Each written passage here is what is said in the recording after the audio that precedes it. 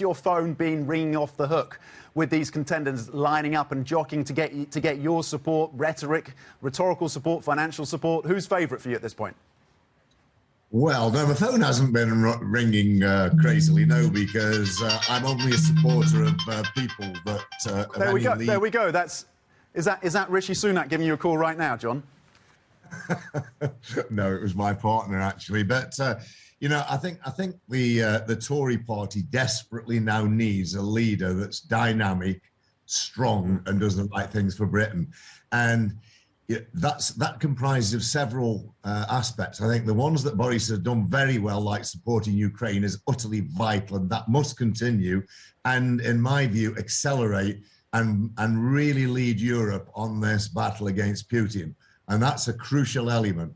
But also a crucial element is to really run the country like it's a business, because it is a business at the end of the day.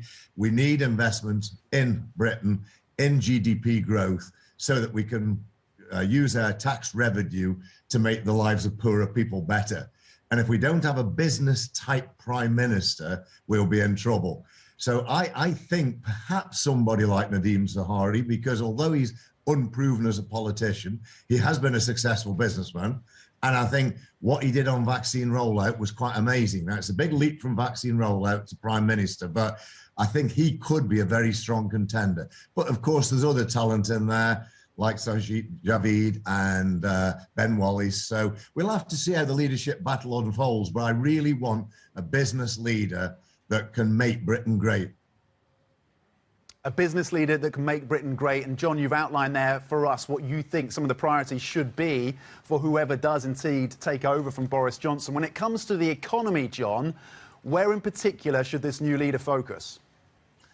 Well, in the short term, attracting inward investment. In the long term, it's the same answer, attracting inward investment. But what I've advised the Conservatives to do for the last 2 years is to create a Silicon Valley of the environment somewhere in the UK, to have an enterprise zone where we try and attract all the brains and all the technology from all around the world on environmental technologies, because that's absolutely the future, not only to save the world, to save the environment, but for Britain's future in terms of exporting technology, products and intellectual property. So that would be a long-term play, a 10-year play, but that is absolutely the vision that any new leader needs to have to really grow Britain's GDP and look after the world.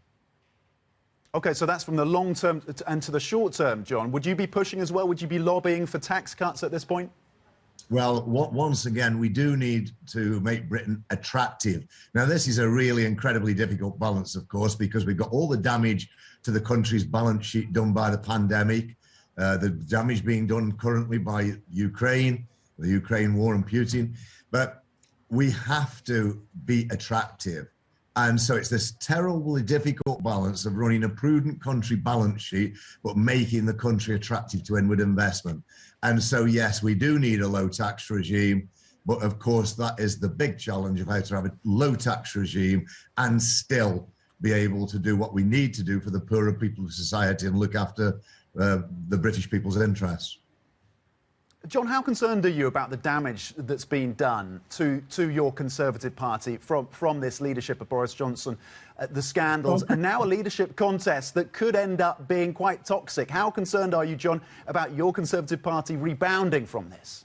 Well, let's just say it's not my Conservative Party. I'm not dyed-in-the-wool Conservative. I want what's best for Britain.